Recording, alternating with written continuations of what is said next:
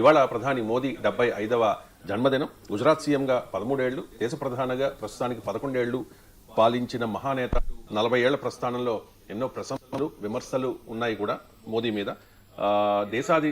వివిధ దేశాధినేతలు అంటే ట్రంప్తో సహా వివిధ దేశాధినేతలు కూడా మోదీకి జన్మదిన శుభాకాంక్షలు చెబుతూ ఉన్నారు. సార్, మోదీ నాయకత్వ శైలి మీద ఏం చెప్తారు సార్? నరేంద్ర మోడీకి జన్మదిన శుభాకాంక్షలు తెలుపుతూ భారత రాజకీయాల్లో నరేంద్ర మోడీ ఈ స్థాయిలో గొప్ప నాయకుడిగా ఎలా ఎమర్జ్ అయ్యాడు, ఆయనకున్న ఎలక్టోరల్ విక్టరీస్, సుదీర్ఘకాలం అధికారంలో ఉండగలిగే సామర్థ్యం, తన పార్టీని గెలిపించుకోగలిగే ఎబిలిటీ, భారతీయ జనతా పార్టీని ఒక ఎలక్షన్ మిషన్గా రూపుదిద్దిన తీరు, అలాగే ఆయన చూపిన రాజకీయ వ్యూహరచన సామర్థ్యము, ఇవన్నీ కూడా ఒక డైమెన్షన్ మాత్రమే. కానీ ఒక హిస్టరీలో ఒక పొలిటికల్ లీడర్ను అంచనా వేసేటప్పుడు what is his leadership style అనేది ఒక కీలకమైన అంశం. ఆయన విధానాలపైన భిన్నాభిప్రాయాలు ఉండవచ్చు, ఆయన అనుసరించే పద్ధతులపైన భిన్నాభిప్రాయాలు ఉండవచ్చు, కానీ లీడర్ ఇస్ లీడర్ కదా. ఇందిరాగాంధీ ఎమర్జెన్సీని వ్యతిరేకించిన వారు కూడా నాయకత్వ శైలిలో ఇందిరాగాంధీ చూపిన విలక్షణ స్వభావాన్ని ఎవరము కాదనలేము. సో అందువల్ల ఎప్పుడు కూడా ఒక నాయకుని జన్మదిన సందర్భంగా ఆ నాయకత్వ శైలిలో ఉన్నటువంటి ప్రత్యేకతలు చర్చించుకోవడం నిజమైన సందర్భం అవుతుంది. ఇతర సందర్భాల్లో చాలా మాట్లాడుకుంటాం, అభ్యంతరం ఏం లేదు కదా. సో అందువల్ల ఇక్కడ మొదటిది ఏంటంటే ఒక అన్బిలీవబుల్ అండ్ అన్ఫ్లించింగ్ కమిట్మెంట్. ఆయన నమ్మిన సిద్ధాంతాలకు, ఆయన నమ్మిన లక్ష్యాలకు. ఒక ఆర్ఎస్ఎస్ ప్రచారకుడిగా తన ప్రజా జీవితాన్ని ప్రారంభించినప్పుడు ఏ ఆశయాలనైతే దృష్టిలో పెట్టుకొని ఆయన జీవితాన్ని, వ్యక్తిగత జీవితాన్ని కూడా పక్కకు పెట్టి, వైవాహిక జీవితాన్ని కూడా పక్కకు పెట్టి ఆయన తన ప్రచారకగా తన జీవితాన్ని ప్రారంభించాడు. ఆ ఆశయాల్ని, ఆ లక్ష్యాల పట్ల ఇప్పటికీ కూడా మొక్కబోయని నిబద్ధత ఉండడం ప్రత్యేకత. ఇవాళ మనం చూస్తున్న రాజకీయాలు ఐడియాలజీ లేని రాజకీయాలు, సైద్ధాంతిక రాహిత్యం చూస్తున్నాం. అధికారం కొరకు అష్టమంకర్లు తిరుగుతున్న నాయకులు చూస్తున్నాం. క్షణానికో మాట మాట్లాడే ఊసర విల్లుల్ని చూస్తున్నాం. రంగులు మార్చుకునేటువంటి రాజకీయవేత్తలు చూస్తున్నాం. ఏ రకంగానైనా తన రిలవెన్స్ కొరకు ఏ పద్ధతులైనా అనుసరించడమే రాజనీతిజ్ఞతగా చూపుకునే రాజకీయాలు చూస్తున్నాం. కానీ నరేంద్ర మోడీ ఆర్ఎస్ఎస్ ప్రచారకగా తన జీవితాన్ని ప్రారంభించినప్పుడు ఏ లక్ష్యాలకు, ఏ ఆశయాలకు, ఏ సిద్ధాంతాలకు కట్టుబడి అధికారం వస్తుందని మొదలు కాలేదు కదా. ఆర్ఎస్ఎస్ ప్రచారకగా జీవితం ప్రారంభించినప్పుడు తాను ప్రధానమంత్రి అవుతానని, దేశంలో అప్రత్యేక నాయకుడిగా మారుతానని ఆ లక్ష్యాలకు కట్టుబడి లేడు. తాను నమ్మాడు, కట్టుబడి ఉన్నాడు. ఇప్పటికీ కూడా ఇన్నేళ్ల తర్వాత కూడా ఆ సిద్ధాంతాలకు కట్టుబడి ఉండడం ఆయన ప్రత్యేకత. రెండవది, సిద్ధాంతాలు ఉండడమే ప్రత్యేకత కాదు. సిద్ధాంతాలను రాజకీయాలకు అన్వయించుతున్నప్పుడు, ప్రభుత్వంలో వచ్చినప్పుడు ఆ సైద్ధాంతిక అంశాలను అమలు చేయడం ఎలా? చాలా సందర్భాల్లో ఎన్నికల ముందు హామీలు ఇచ్చి అమలు చేయరు, ఎన్నికల ముందు వాగ్దానాలు ఇచ్చి అమలు చేయరు. రాజకీయ పార్టీలు చాలా చెప్తాయి, సమయానికి వచ్చే వరకు ఆచరణలో మల్లగుల్లాలు పడుతూ ఉంటారు. కానీ మోడీ ప్రత్యేకత ఏంటంటే తాను నమ్మిన సిద్ధాంతాలకు ఒక వర్కబుల్ సొల్యూషన్స్ వెతకడం. ఆ సొల్యూషన్ కోసం ఆయన అనుసరించిన పద్ధతి పైన భిన్నాభిప్రాయాలు ఉండొచ్చు, కానీ తాను నమ్మినటువంటి సిద్ధాంతాలను ఆచరణలో పెట్టడానికి ఒక ఆచరణ వీలు అయిన పరిష్కార పద్ధతుల్ని కూడా అన్వేషించడం నరేంద్ర మోడీ ప్రత్యేకత. అందుకే చాలామంది సిద్ధాంతాలు కలిగిన నాయకులు ప్రాక్టికల్ లైఫ్కి వచ్చే వరకు సక్సెస్ కారు. ఎందుకు కారంటే they do not know the art of implementing that idea. ఒక ఐడియా ఉండడం వేరు, దాన్ని ఇంప్లిమెంట్ చేయడం వేరు. సో ఆ ఐడియాని ఇంప్లిమెంట్ చేయడంలో మోడీకి ఉన్నటువంటి సామర్థ్యం మామూలు కాదు. దేశంలో ఎవరైనా ఊహించామా ఆర్టికల్ 317 రాజ్యాంగంలో నిరర్థకంగా మార్చగలుగుతారని? ఇది జస్ట్ ఇంపాసిబుల్ అనుకున్నారు అందరూ.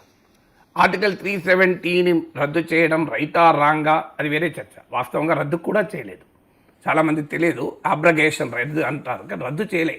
రాజ్యాంగంలోనే ఉన్న ఒక ప్రొవిజన్ వాడుకొని ఆర్టికల్ 370 నిరర్థకం చేశారు. ఆర్టికల్ 370 రద్దు చేయలే, కానీ ఆర్టికల్ 370ని పని చేయకుండా చేశారు. దానికి కూడా మళ్ళీ రాజ్యాంగంలో ఉన్న ప్రొవిజనే వాడుకున్నారు, వేరేదేం కాదు. So that is the practical solution. అసలు ఇది ఇంపాసిబుల్ ఆర్టికల్ 370 తొలగించడం అని కదా అప్పటిదాకా దేశం నమ్మింది, రాజకీయ వ్యవస్థ నమ్మింది. సో కానీ ఆర్టికల్ 370 చేశారు.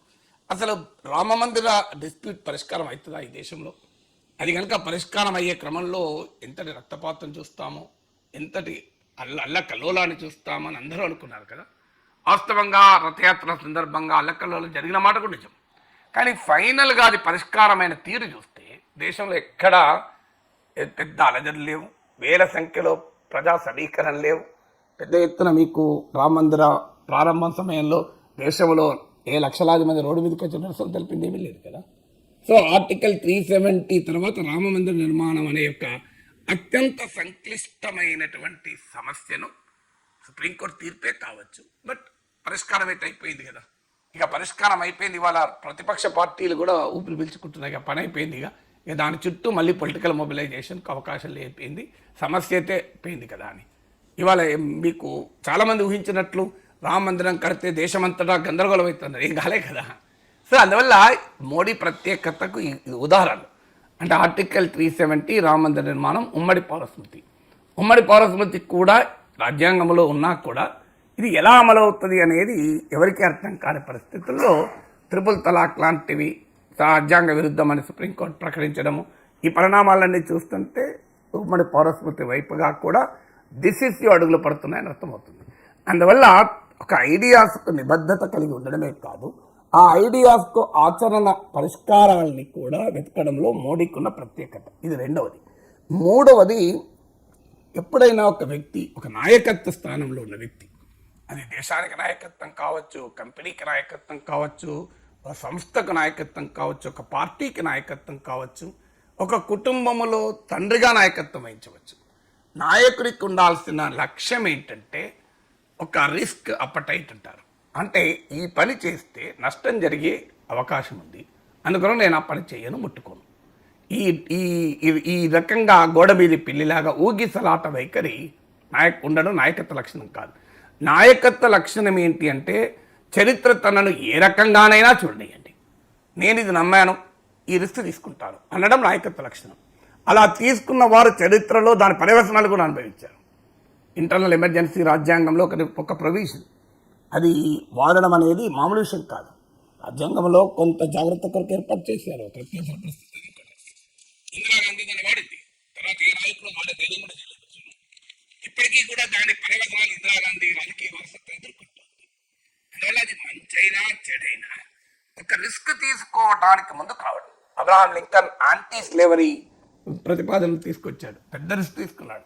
ఫ్రాంక్ రూజ్వెల్ట్ న్యూ డీల్ అని గ్రేట్ డిప్రెషన్ టైంలో న్యూ డీల్తో ముందుకొచ్చాడు. అంటే ఒక రిస్క్, ఇప్పుడు ఇది చేస్తే ఏమి జరుగుతుందో తెలియని ఒక విచిత్రమైన పరిస్థితులు ఉన్నప్పుడు కూడా రిస్క్ తీసుకోవడం మోడీకి ఉండే ఒక ప్రత్యేకత.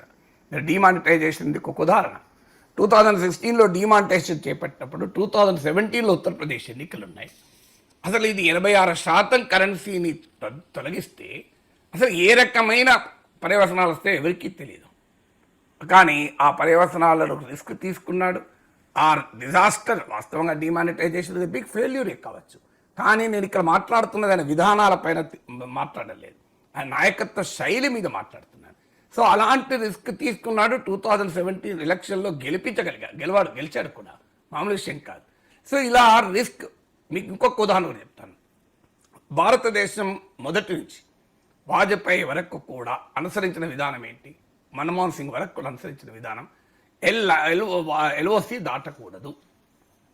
ఎల్ఓసి దాటి పాకిస్తాన్ సార్వభౌమాధికారాన్ని, సావరెనిటీని వైలేట్ చేసి మనం వెళ్ళకూడదు అని 1971 తర్వాత కన్సిస్టెంట్గా కాంగ్రెస్ ప్రభుత్వాలకు కావచ్చు, బీజేపీ ప్రభుత్వాలకు కావచ్చు, వాజ్పేయి లాంటి ప్రఖ్యాత నేతలు కావచ్చు, మన్మోహన్ సింగ్ లాంటి మేధావులు కావచ్చు, పివి నరసింహరావు లాంటి రాజనీతిజ్ఞులు కావచ్చు, రాజీవ్ గాంధీ లాంటి తిరుగులేని నాయకులు కావచ్చు. 400కు పైగా మెజార్టీ రాజీవ్ గాంధీకి 1984 ఎలక్షన్స్లో. కానీ అందరూ కూడా గీత దాటవద్దు. కార్గిల్ యుద్ధ సమయంలో అటల్ బిహారీ వాజ్పేయి కూడా అదే ఆదేశం ఇచ్చాడు. అది రిస్క్, అది అనుయుద్ధానికి దారి తీయచ్చు, అది ప్రమాదకరమైన పరిస్థితులకు తీసుకెళ్ళవచ్చు అంటూ ఎప్పుడూ గీత దాటలేదు. కానీ మొదటిసారిగా మోడీ రిస్క్ తీసుకున్నాడు. యూరి అటాక్ తర్వాత సర్జికల్ స్ట్రైక్స్, పాక్ ఆక్యుపైడ్ కశ్మీర్లోకి వెళ్ళి కొట్టాడు, ఏమీ కాలే. సో అది అయినా కనీసం పాక్ ఆక్యుపైడ్ కాశ్మీర్ తర్వాత మీకు పుల్వామా తర్వాత ఏకంగా బాలాకోట్ ఖైబర్ పఖ్తూన్వా రాష్ట్రంలోని డీప్ ఇన్సైడ్ పాకిస్తాన్ వెళ్ళి అటాక్ చేశారు. ఇది చాలా సాహసోపేతమైన చర్య. ఎందుకంటే దీని కాన్సిక్వెన్సెస్ ఎలా ఉంటాయో ఎవరు ముందు చెప్పలేము. దేశానికి కాన్సిక్వెన్సెస్ కాదు, నరేంద్ర మోడీ కూడా రాజకీయ కాన్సిక్వెన్సెస్ ఉంటాయి.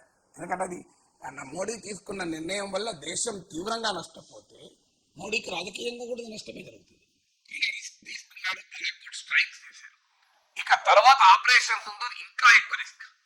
ఏకకాలంలో 9 టెర్రరిస్ట్ ఇన్ఫ్రాస్ట్రక్చర్ అటాక్ చేస్తే, ఆఖరికి నూర్ఖాన్ ఎయిర్ బేస్ ను కూడా దాడి చేస్తే, సర్గోదా ఎయిర్ బేస్ దాడి చేస్తే, అంటే పాకిస్తాన్ అణు కేంద్రాలకు సమీపంలోకి వెళ్ళి పాకెట్లోకి వెళ్ళి ఇంకో నువ్వేదో అణ్వాయుధాలు పెట్టుకుని ఎగురుతున్నావు, we have the strike ability అంటే ఏం జరుగుతుందో తెలియదు. ఎందుకంటే అందులో అది Pakistan.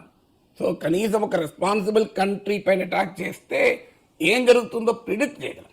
Pakistan is an unpredictable country, ఒక ఫెయిల్డ్ స్టేట్, ఒక ఫ్రాడ్ స్టేట్, ఒక టెర్రరిస్ట్ స్టేట్, ఒక ఉద్దేశమే ఉన్మాదము నరనరాన నింపుకున్న దేశం అది. ఆ దేశానికి పైన ఆ స్థాయిలో చేస్తే ఏం జరుగుతుందో తెలియదు. ఇది వెరీ హై రిస్క్ తీసుకున్నాడు. ఆపరేషన్ సింధూర్ సక్సెస్ అయింది. అందువల్ల ఒక లీడర్కి ఉండేటువంటి గొప్ప లక్షణం ఏంటంటే రిస్క్ అపటైట్. సో అంతటి రిస్క్ తీసుకోవడం కూడా మోడీ ప్రత్యేకత. 4వది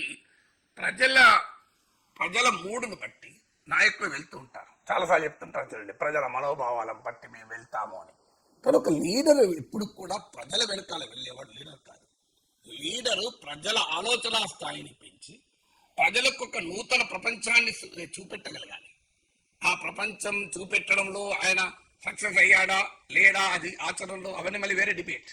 కానీ యొక్క ప్రజల ఇమాజినేషన్ ను క్యాచ్ చేయగలగాలి. Somebody you catches the imagination the people will be a leader. మీరు ఈ గొప్ప నాయకులు ఎవరైనా చూడండి, who could catch the imagination of the people. మీకు మోడీ ప్రత్యేకత ఏంటంటే ఆ imagination of the people.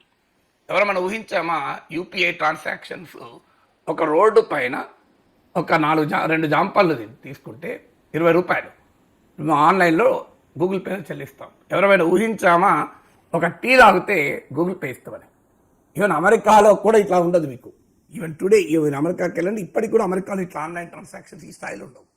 So ఇది ఒక టెక్నాలజీని ఇలా ఉపయోగించవచ్చు అనేటువంటి ఇమాజినేషన్. సో ఇప్పుడు వికసిత భారత్ అనే ఇమాజినేషన్, $5 trillion ఇమాజినేషన్. $5 trillion రాకపోవచ్చు, ఒక గ్రేట్ పవర్ కావాలని ఇమాజినేషన్. అంటే నిరంతరం నిరాశావాదముతో ఉండే రాజకీయాలను చూస్తాం. అందుకే మోడీ భాషలో చెప్పాలంటే ప్రొఫెషనల్ పెసిమిస్ట్ అంటారు. సో నిరంతర వృత్తిరీత్యా అసంతృప్తవాదులు. వాళ్ళ జీవితం అంతా అసంతృప్తి, నిరాశ, దేశంలో ఏం జరగడం లేదు, అంత అన్యాయం అయిపోయింది, నిరుద్యోగము, ఆకలి, పేదరికం, అసమానత, ఇవన్నీ నిజమే. కానీ నిజమని చెప్పి ఈ అసంతృప్తిలో ఈ నిరాశలో బతుకుతామా? జీవితంలో ఆశ వైపుగా మనం పునాదుల వైపుగా దేశాన్ని నడిపించాలి కదా. నాయకుడు అనేవాడు నిరాశతో సైన్యాన్ని నడిపించలేడు. ఉదాహరణకు సైన్యంలో దెబ్బలు తినంటారు, సైన్యంలో ముఖ్యులు చనిపోయి ఉంటారు, సైన్యం వీక్ అయిపోయి ఉంటుంది, ఎదుటి సైన్యం ముంచుకొస్తుంటాడు. అప్పుడు ఒక సైన్యాధిపతి ఏం చేయాలి? అయ్యో అయిపోయింది, నా సహచరులు పోయినరు, ముఖ్యులు పోయినరు, నేను ఎక్కడ యుద్ధం చేస్తా, సైన్యం పోయింది అని అంటే సైన్యాధిపతి అవుతాడా? మనం 10 మంది ఉన్నా చాలు 10 లక్షల మందిని ఎదుర్కోగలం అని ఇమాజినేషన్ పెంచగలగాలి. సో నరేంద్ర మోడీకి ఉండే మరో గొప్ప లక్షణం ఏంటంటే ఈ sets the mood of the nation, temperament of the nation, imagination of the నేషన్ను తీసుకెళ్ళగలిగేటువంటి సామర్థ్యము ఆయనకున్న 4వ లక్షణం. 5వది ఒక సెట్స్ అన్ ఎజెండా. మీరు ఇలా పాలిటిక్స్ చూడండి, గత 11 ఏళ్ళుగా, ఆ మాట అంతకన్నా ముందు మోడీ మాటే దేశంలో చర్చనీయాంశం. మోడీ వ్యాఖ్యలపైనే దేశమంతా చర్చ, విమర్శలైనా మోడీ చుట్టే. సో ఎంటైర్ పాలిటిక్స్ను తన చుట్టూ పోలరైజ్ చేసుకోగలిగారు. సో ఇది హెవీలీ పోలరైజింగ్ ఫిగర్ అయిపోయాడు. ఇలా మోడీని ప్రశ్నించిన Modi, you may love Modi, you may hurt Modi, you can't ignore Modi కదా. సో ఇంత ప్రధానమంత్రులు చాలామంది ఉన్నారు కదా, కానీ ఈ దేశం మొత్తాన్ని తన చుట్టూ తిప్పుకోగలిగేటువంటి సామర్థ్యం ఒక నాయకుడికి ఉండడం మామూలు విషయం కాదు కదా. ఇక దాని ప్రభావం మనం ఇవాళ చూస్తున్నాం కదా. ఈవెన్ టుడే 11 ఏళ్ల తర్వాత కూడా still majority of Indians NDA ప్రభుత్వం పైన అసంతృప్తి ఉన్నా ఈ స్టిల్ లవ్ మోడీ అంటున్నారు. ఇది మామూలు విషయం కదా. అది కూడా across reasons, across ages, gender, class, caste అన్నీ కదా. మీకు తేడాలు ఉండొచ్చు, తరతమ తేడాలు. ఈవెన్ మీకు బీజేపీకి 1% ఓటింగ్ ఉన్న ప్లేస్లో కూడా మీరు వెళ్ళి అడగండి, ప్రధానమంత్రిగా మీ చాయిస్ అంటే మోడీ పేరే చెప్తారు ఎక్కువ మంది. తగ్గచ్చు. ఇటీవల 3వ నేషన్ ఇండియా టుడే సర్వేలో 4% మోడీ ఇమేజ్ తగ్గింది, రాహుల్ గాంధీ ఇమేజ్ 5% పెరిగింది, భారతీయ ఎన్డీఏ ఇమేజ్ అయితే 10% తగ్గింది. ఎన్నికల్లో 60 సీట్లు మోడీ కోల్పోయాడు. మోడీ ఇన్విన్సిబుల్ కాదు, ఇవన్నీ నిజమే కావచ్చు. But still Modi is the most popular political leader in India. India జనాభా రీత్యా పెద్దది కనుక ప్రపంచంలోనే అత్యంత జనాదరణ కలిగిన నాయకుడు నరేంద్ర మోడీ. అది కూడా కులాలకు అతీతంగా, ప్రాంతాలకు అతీతంగా. ఈ ట్రెండ్ మనం ఇందిరాగాంధీలో చూసాం. ఇందిరాగాంధీని ఏ మారుమూల ప్రాంతం పైన ఇందిరాగాంధీని గుర్తించేవారు, గుర్తుపెట్టుకునేవారు. మీకు అది రాష్ట్రంతో సంబంధం లేదు, భాషతో సంబంధం లేదు, క్లాస్తో సంబంధం లేదు. ఎక్కడికైనా వెళ్ళి ఇందిరాగాంధీ నుక్ అండ్ కార్నర్ అంటారే, దేశం నలుమూలల ఇందిరాగాంధీ గుర్తించారు, ఇప్పుడు నరేంద్ర మోడీ గుర్తిస్తారు. సో అందువల్ల ఆ రకంగా దేశం యావత్తు దృష్టిని తన మీద ప్రసరింప చేసుకోగలిగేటువంటి ఒక వ్యక్తిగత శైలి కూడా మామూలు విషయం కాదు. అది 5వది. 6వది తన వ్యక్తిగత జీవితం. సో మీరు ఎన్నన్నా చెప్పండి, ఇవాళ మనం రాజకీయాల్లో చూస్తున్నాం కదా, డైనాస్టిక్ వారసత్వము, హంగులు, ఒక నాయకుడు ముఖ్యమంత్రి అయినా మంత్రి అయినా కుటుంబాల చుట్టూ, ఫ్యామిలీ చుట్టూ ఒక వలయంలాగా ఉండి ఇక వారే వంశ పారంపర్యంగా అధికారాన్ని అనుభవిస్తూ ఉంటారు. మీరు చూస్తూ ఉండండి. కానీ ఎక్కడన్నా నరేంద్ర మోడీ కుటుంబం మనకు కనబడుతుంది చూడండి, ఎక్కడన్నా. సో నరేంద్ర మోడీ కుటుంబ సభ్యులు రాజకీయాల్లో కనబడరు. కంప్లీట్గా పర్సనల్ లైఫ్ను పబ్లిక్ లైఫ్ను డీలింక్ చేసి తన పర్సనల్ లైఫ్లో ఇలా మోడీకి ఉన్న అడ్వాంటేజ్, బీజేపీకి అడ్వాంటేజ్ అదే. ఆయనకి ఏముంది ఆశించేది కుటుంబమే లేదు కదా అని ఆయన విమర్శలు చక్రోనీసు, అదాని లాంటి వారి ఆస్తులు పెంచడానికి మోడీ ఉపయోగపడ్డాడు. అదే కొత్తవి కాదు కదా. కాంగ్రెస్ ప్రభుత్వం అంబానీల ఆస్తులు పెంచాయని, అంతకుముందు నెహ్రూ ప్రభుత్వం కానుంచి టాటాల బిర్లాల ఆస్తులు పెంచామని విమర్శలు ఇలా కొత్తవి కావు కదా. సో మీకు ఈ విమర్శలు సహజంగా ఎక్కడైనా ఉంటాయి, ఇప్పుడు కూడా ఉంటాయి. కానీ పర్సనల్ లైఫ్లో మాత్రం నువ్వు ఇప్పటికీ నరేంద్ర మోడీ ఇంకో 100 కోట్లు తిన్నాడు, నరేంద్ర మోడీ ఇంకో పలానా తన వాడికి మెయిల్ చేశాడు అని ఎవరైనా ఆరోపించగలుగుతున్నారా? అందులో పర్సనల్ లైఫ్లో ఆ రకంగా ఉండడం కూడా ఇవాళ ఒక పెద్ద అసెట్. అది కూడా ఇవాళ born with silver spoon in mouth అని ఇంగ్లీష్లో ఈడియం ఉంది. అంటే ఒక వెండి స్పూన్తో పుట్టాడు, గోల్డెన్ స్పూన్తో పుట్టాడు. కానీ మీకు నరేంద్ర మోడీ ఒక అత్యంత నిరుపేద జీవితంలో ఒక ఛాయ్ వాలాగా పుట్టి ఒక అతి చిన్న స్థాయి, అత్యంత నిరుపేద కాకపోయినా అతి చిన్న స్థాయి నుంచి వచ్చి ఏ గాడ్ ఫాదర్ లేదు మీకు, ఆయన ఎవరో నాయకుడిగా లాక్కరాలేదు. కేవలం తన ఇండివిజువల్ ట్రేట్స్తో, తన శక్తి సామర్థ్యాలతో ఒక రాజకీయ పార్టీలో అత్యున్నత స్థాయికి ఎదిగాడు. అది కూడా తీవ్రమైన అవాంతరాల్ని, అడ్డంకుల్ని ఎదుర్కొని 2002లో రాజధర్మాన్ని అతిక్రమించాడు మా వారంటూ వాజ్పేయి మాట్లాడడం. ఆ రోజే గుజరాత్ ముఖ్యమంత్రిగా పదవి పోతుందేమో అని అన్న పరిస్థితి. ప్రధానమంత్రి పదవికి బీజేపీ అభ్యర్థి అంటే ఎల్కే అద్వానీ, మురళీ మనోహర్ జోషి లాంటి సీనియర్ నేతల వ్యతిరేకతను. సో వీటన్నిటిని అధిగమించి ఒక దేశ ప్రధాని కాగలిగాడు. సో ఇది ఒక personal journey of Narendra Modi. అనేక రకాల దాడులను ఎదుర్కొన్నాడు, కానీ వ్యక్తిగత దాడులను ఎదుర్కొన్నాడు, కానీ స్టిల్ ఈ remain A leader of reckoning. So అందువల్ల పర్సనల్ లైఫ్ అనే జర్నీ కూడా మామూలు జర్నీ కాదు కదా. సో అదొక ట్రెమెండస్ జర్నీ మామూలు వేస్తాను. 6వది అడాప్టబిలిటీ అనేది. అంటే ఒక లీడర్కు ఉండే లక్షణం ఏంటంటే, ఒక సీఈఓ, కంపెనీ లీడర్ సీఈఓ అనుకోండి, బోర్డు రూమ్లో ఎలా ఉండగలడో సాధారణ ఉద్యోగులతో ఉండడం, కస్టమర్లతో ఉండగలగడం. సో అన్ని సందర్భాల్లోనూ కూడా అడాప్టబుల్ కావడం. ఒక పబ్లిక్ స్కూల్ బ్యాక్గ్రౌండ్ లేదు, ఓ విదేశీ ఆక్స్ఫోర్డ్, క్యాంబ్రిడ్జ్ యూనివర్సిటీలో చదవలేదు, ఒక అద్భుతమైన ఇంగ్లీష్లో మాట్లాడలేడు, ఒక గ్రామీణ నేపథ్యం, ఒక సాధారణ కుటుంబ నేపథ్యం. కానీ మీరు అంతర్జాతీయ వేదికలపైన చూడండి, ప్రపంచ అగ్రనేతలతో ఎంత ఈజీగా మెలగలుగుతాడు. అది మామూలు విషయం కాదు. ఇప్పుడు మనమే ఎవరైనా ఒక సీనియర్ అధికారి దగ్గరికి వెళ్ళామనుకోండి, ఎంబ్రాసింగ్ ఫీల్ అవుతాం. ఓ ముఖ్యమంత్రి దగ్గరికి వెళ్ళామనుకోండి, సామాన్యుడు ఎంబ్రాసింగ్ ఫీల్ అవుతాడు. ఒక ఎస్పీ దగ్గరికి ఒక సామాన్యుడు పైన ఎంబ్రాసింగ్ ఫీల్ అవుతాడు. ఇంకా నాకు గ్యాప్ కనబడుతుంది. కానీ ఎక్కడా మీరు చూడండి, డొనాల్డ్ ట్రంప్ కావచ్చు, వ్లాదిమిర్ పుటిన్ కావచ్చు, షీ జిన్పింగ్ కావచ్చు, ద ఈజ్ విత్ విచ్ ఈ కెన్ ప్రపంచాధినేతలతో ఒక సమాన స్థాయిలో మాట్లాడగలిగి డీల్ చేయగలిగారు. మనం చూసాం ట్రంప్ ముందట ఎట్లా డక్కా మొక్కిళ్తున్నారని. సో అందువల్ల ఆ అడాప్టబిలిటీ అంటే ఒక వెరీ కాంప్లెక్స్ సిచ్యువేషన్స్లో కూడా తన వ్యక్తిగత నేపథ్యం సంబంధం లేని పరిస్థితుల్ని ఎదుర్కొన్నప్పుడు కూడా సో దాంట్లో ఒక అడాప్టబిలిటీ ఉండడం అనేది మరో ముఖ్యం. 7వది సర్వైవబిలిటీ. ఒక లీడర్కి ఉండాల్సిన లక్షణం ఏంటంటే సర్వైవబిలిటీ. అంటే ఒక ఆటుపోట్లను ఎదుర్కొని నిలబడగలగాలి. తాను నిలబడడమే కాదు, పార్టీని నిలబెట్టగలగాలి. మీరు చూడండి, ఇన్ని ఎన్నికల్లో ఒక్క ఎన్నికలకు కూడా ఓటమి లేకుండా ఇన్ని ఎన్నికలు గెలవడం మామూలు విషయం కాదు. అది ఒక ముఖ్యమంత్రి కావచ్చు, ప్రధానమంత్రి కావచ్చు, ఈసారి గెలిస్తే నెక్స్ట్ టైం మళ్ళీ గెలిచే ప్రసక్తే లేని కేసులు ఉన్నాయి వాళ్ళ రాజకీయాల్లో. కానీ ఎలక్షన్ ఆఫ్టర్ ఎలక్షన్, అది అసెంబ్లీ ఎలక్షన్ కావచ్చు, పార్లమెంట్ ఎలక్షన్ కావచ్చు, కొన్నిసార్లు దెబ్బతినచ్చు. ఇప్పుడు 2014లో గెలిచాక 2019లో సీట్లు పెరిగాయి, 2024లో 63 సీట్లు తగ్గాయి, 2014లో గెలిచినాక 2015లో బీహార్లో ఓడిపోయారు. నాకు ఇప్పటి గుర్తు, ఆ రోజే అద్వానీ, మురళీ మనోజ్ జోషి లేఖలు రాశారు. సో మన నాయకత్వం శైలిని ఆలోచించాలి అని బీహార్లో ఓడిపోయినప్పుడు ఏం జరిగింది తర్వాత? ఈ రిమైండ్ వెరీ వెరీ పవర్ఫుల్ కదా. సో తర్వాత మీకు 2024 ఎలక్షన్ల తర్వాత ఇక మోడీ గ్రాఫ్ పడిపోవడమే, మోడీ పని అయిపోయింది, ఇక మోడీ కాదు ఆల్టర్నేటివ్ అని బీజేపీ వెతుక్కోవాలి, అది నితిన్ గడ్కరా, యోగి ఆదిత్యనాథ్ అని ఇన్ని చర్చ జరిగాయి. ఏం జరిగింది? మళ్ళీ హర్యానా ఎన్నికలు వచ్చాయి, బీజేపీ గెలిచింది. మహారాష్ట్ర ఎన్నికలు వచ్చాయి, బీజేపీ గెలిచింది. రాహుల్ గాంధీ ఓట్ చోరీ అనొచ్చు, ఇంకేదన్నా అనొచ్చు. ఢిల్లీలో ఎన్నికలు వచ్చాయి, గెలిచారు. అరవింద్ కేజ్రీవాల్ అయితే ఢిల్లీలో ఓట్ చోరీ అంటలేడు. సో మీకు ఎలక్షన్ ఆఫ్టర్ ఎలక్షన్ ఉత్తరప్రదేశ్లో అంత దెబ్బతిన్నారు పార్లమెంట్ ఎన్నికల్లో. మళ్ళీ 10 అసెంబ్లీ 30 ఎన్నికలు వస్తే 10 ఎన్నికల్లో స్వీప్.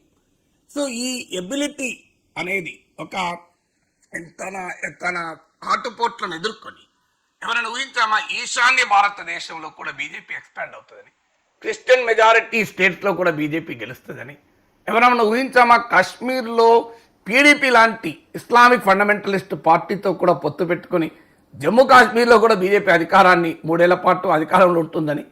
సో అక్కడి నుంచి మొదలుకొని సౌత్, ఈస్ట్, నార్త్, వెస్ట్ అన్ని దిక్కుల్లా బీజేపీని వ్యాపింపచేయడం. హిందూ పార్టీగా ముద్ర పేరుగాంచిన భారతీయ జనతా పార్టీని హిందీయేతర ప్రాంతాలలోకి, హిందూయేతర జనాభాలోకి కూడా తీసుకెళ్ళగలగడం, అక్కడ పాపులర్ చేయడం అనేది ఒక లీడర్షిప్ ఉండేటువంటి ఎబిలిటీని మనకు తెలియజేస్తుంది. అంటే ఆటుపోట్లు ప్రతి వ్యక్తి ప్రతి సందర్భంలోనూ గెలుస్తూ ఉండడు. మీకు ఎంతటి విజ్ఞాన సంపన్నుడైనా ప్రతి ప్రయోగము విజయవంతం కాదు. ఎంత గొప్ప పారిశ్రామికవేత్త అయినా ప్రతి పెట్టుబడి సక్సెస్ కాదు. ఎంత గొప్ప తెలివితేటలున్నా ప్రతి ఎగ్జామ్లో మార్కులు రావు. ఎంత గ్రేటెస్ట్ ప్లేయర్ అయినా ప్రతి మ్యాచ్లో సెంచరీ కొట్టాడు. మనం గుర్తుంచుకోవాలి. సచిన్ టెండూల్కర్ కూడా డక్అవుట్ అయిన సందర్భాలు లేవా? సచిన్ టెండూల్కర్ క్రికెట్లో లెజెండ్ కాదా? అందువల్ల నరేంద్ర మోడీ కూడా ఓడిపోయిన సందర్భాలు ఉన్నాయి. నిజం, వారణాసిలో 1,00,000 ఓట్లకైనా మెజార్టీ పరిమితమైంది కూడా. ఒక దశలో అసలు వ్యక్తిగతంగానే ఓడిపోయినా ఆశ్చర్యపడాల్సిన పరిస్థితి కాదు. నిజంగానే రాహుల్ గాంధీ అన్నట్లు ప్రియాంక గాంధీని అభ్యర్థిగా పెట్టుంటే ఏమయ్యేదో నరేంద్ర మోడీకి వారణాసిలో. కానీ స్టిల్ ద సర్వైవబిలిటీ. ఎందుకంటే ఓటములు, అవాంతరాలు, అడ్డంకులు ప్రతి వ్యక్తిలో అవుతుంది. అందుకే నేను చెప్పాను, ప్రతి ఏ క్రికెటరు ప్రతి మ్యాచ్లో century కొట్టడు, a most intelligent student ప్రతి ఎగ్జామ్లో గోల్డ్ మెడల్ రాదు. సో అందువల్ల ఎక్కడైనా కొన్ని వైఫల్యాలు ఉంటాయి.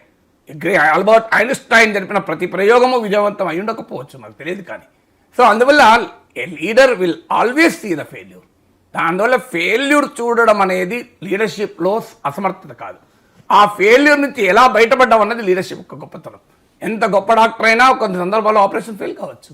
అందువల్ల Modi greatness not lies in overcoming that failure. ఆ ఫెయిల్యూర్ను అధిగమించి తిరిగి తన నాయకత్వ ప్రతిభను చూపెట్టడం అనేది నరేంద్ర మోడీకి ఉండేటువంటి ఒక ప్రత్యేకత. అందుకే ఇవాళ 75 ఏళ్ల తర్వాత రిటైర్మెంటు అని చర్చలు జరుగుతున్నా కూడా ఏ రూలు మోడీకి వర్తించదు.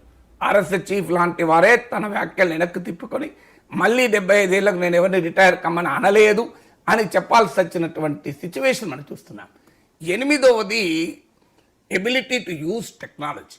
Really surprising. మనకు ఆయనకున్న నేపథ్యము, గ్రామీణ నేపథ్యము, ఆయన ఏమి సోఫిస్టికేటెడ్ టెక్నాలజీ ప్రపంచంలో స్టాన్ఫోర్డ్ విశ్వవిద్యాలయంలోనో, మ్యాసచ్యూసెట్స్ ఇన్స్టిట్యూట్ ఆఫ్ టెక్నాలజీలోనో ఆయన ఇంజనీరింగ్ తీసుకొని రాలే కదా.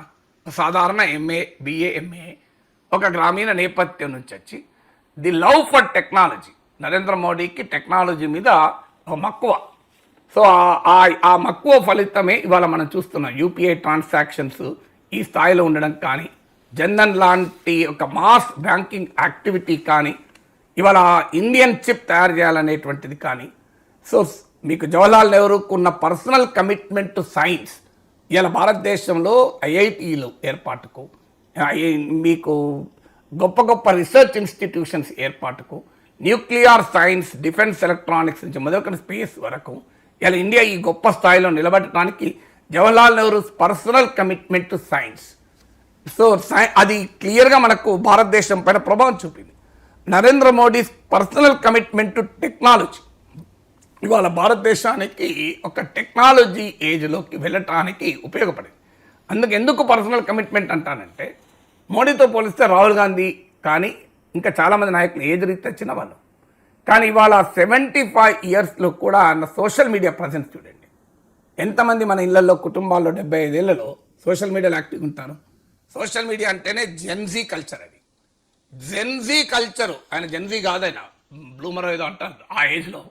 సో ఒక 75 ఇయర్స్లో జెన్జీతో కమ్యూనికేట్ చేయగలిగే ఎబిలిటీ మామూలు విషయం కాదు కదా. ఇవాళ సోషల్ మీడియాలో అంతటి మ్యాసివ్ ప్రజెన్స్ ఉండడం అనేది it's a remarkable feet. So మీకు బరాక్ ఒబామా లాంటి హార్వర్డ్ స్కాలర్ తన టెక్నాలజీని వాడి, ఇంటర్నెట్ వాడి అమెరికా ఎన్నికల్లో ఒక కొత్త సాంకేతిక యుగాన్ని ఆవిష్కరించాడు. But that is Barack Obama, Harvard law స్కూల్లో పాఠాలు చెప్పినటువంటి స్కాలర్.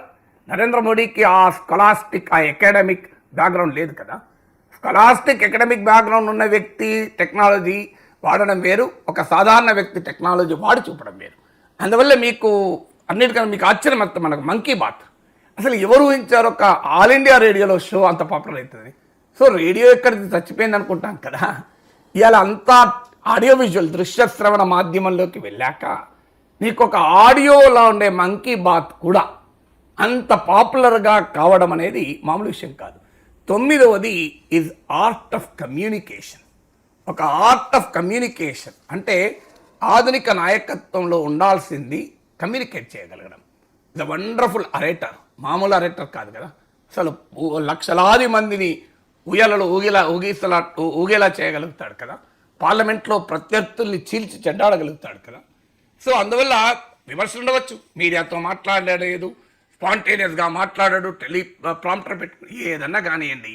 అల్టిమేట్గా that means that do not matter. ఇది not a great communicator. 110% is the greatest communicator. Public స్పీకింగ్లో నరేంద్ర మోడీ ఒక రకమైన మోడల్. మీకు అంత అద్భుతంగా మాట్లాడగలగడం అనేది మామూలు విషయం కాదు కదా. సో ఇది వండర్ఫుల్ ఎబిలిటీ టు కమ్యూనికేట్ అనేది 9వది. 10వది ఒక నాయకుడు ఒక పర్సనల్ లైఫ్లో అద్భుతమైన విజయాలు సాధించిన తన రూట్స్తో గట్టిగా పట్టుకొని ఉండింది.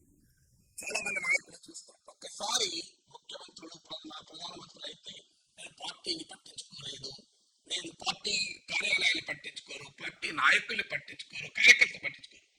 ఇవాళ బీజేపీకి వచ్చేటువంటి ఓట్లలో 125% 2024 ఎలక్షన్స్లో మోడీ వల్ల వచ్చాయి. This is the national election studies చెప్తుంది, నేను చెప్పాను కాదు. Centre for study of developing society, CSDS. ఇక అంతకు ముందు ఎన్నికల్లో అయితే 1/3 బీజేపీకి వచ్చిన ఓట్లలో 1/3 మీకు మోడీని చూసి ఓట్లేశారు.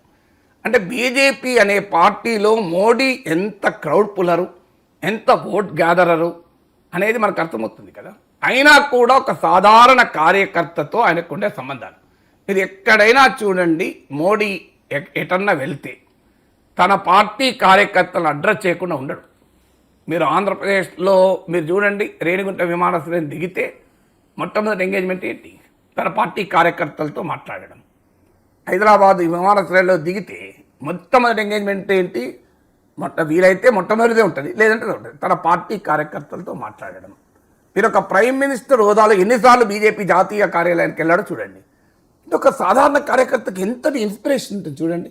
మీరు మోడీ పార్టీలో లేని మనలాంటి వాళ్ళకు దాని ప్రాధాన్యత అర్థం కాకపోవచ్చు, కానీ భారతీయ జనతా పార్టీలో పనిచేస్తున్న ఒక సగటు కార్యకర్తకు, ఒక సగటు నాయకుడికి ఆల్ ఇండియా పార్టీ ఆఫీస్లో తమ ఆఫీస్లో దేశ ప్రధానమంత్రే కాదు, the most popular prime minister party కన్నా ఎక్కువ ఓట్లు పార్టీతో పోటీపడి ఓట్లు తెచ్చుకోగలిగే సమర్థుడు వచ్చి ఒక సాధారణ పార్టీ కార్యకర్తలాగా పార్టీ ఆఫీస్ రావడం అంటే మామూలు విషయం కాదు కదా. నేను గమనించాను, నాకు ఇప్పటికి గుర్తు, హైదరాబాద్ ఎయిర్పోర్ట్ ముందు మాట్లాడుతూ, బేగంపేట ఎయిర్పోర్ట్ ముందు అమారా సంజయ్నే హుకుం దియా, నన్ను మా సంజయ్ ఆదేశించాడు, నేను వచ్చానని చెప్పాడు.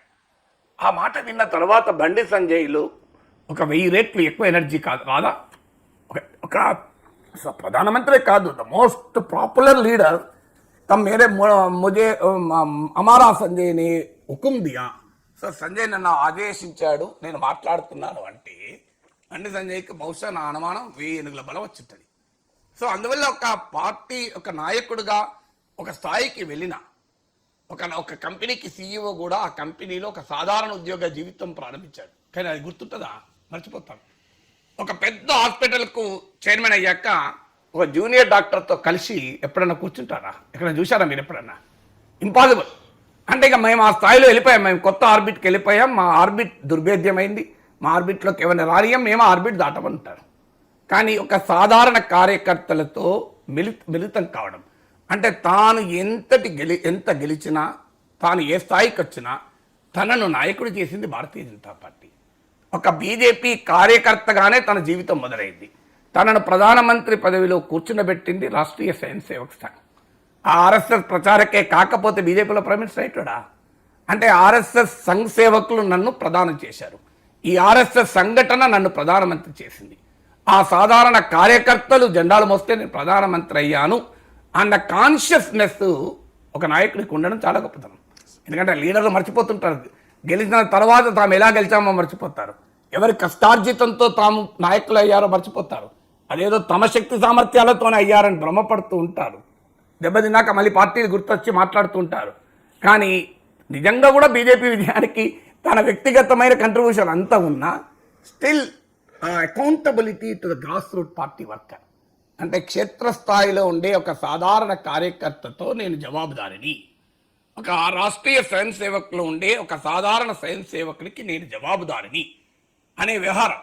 మోడీ నాయకత్వ శైలిపైన ప్రశ్నలు ఉండొచ్చు, ఆర్ఎస్ఎస్లో కూడా ఆయన అభ్యంతరాలు ఉండవచ్చు, నేను కాదంటలేను. కానీ ఇవాళ కాస్తంత నాయకుడైతే కాళ్ళరెగరేసి ఎవరికి అందకుండా కుటుంబంలో కాస్తంత విజయం సాధిస్తే కుటుంబాన్ని అంజాన్ని కొట్టేటోళ్ళని చూస్తాం, బంధువులు కేర్ కూడా చేయరు. ఒక పెద్ద ఉద్యోగం వచ్చినా, ఓ డబ్బు సంపాదించినా, ఓ పదవి వచ్చినా సంతకుడు నిన్నటిదాకా మినమామ అని తిరిగినోడు ఇవాళ అసలు మినమామ కేటీయాడు. నిన్నటిదాకా కజిన్స్ను పట్టించుకోడు మీరు చూస్తుంటాం మనం కుటుంబాల్లో చూడమా. కానీ తాను ప్రధానమంత్రి అయి కూడా తన ఈ స్థాయిలో పార్టీ విజయానికి కారణమై కూడా ఇది accountability to the grass roots party worker, అంటే అతి దిగువన ఉన్న పార్టీ కార్యకర్తతో తనకుండే ఆ లింక్ నిలబెట్టుకోవడం అనేది మోడీ ప్రత్యేకత.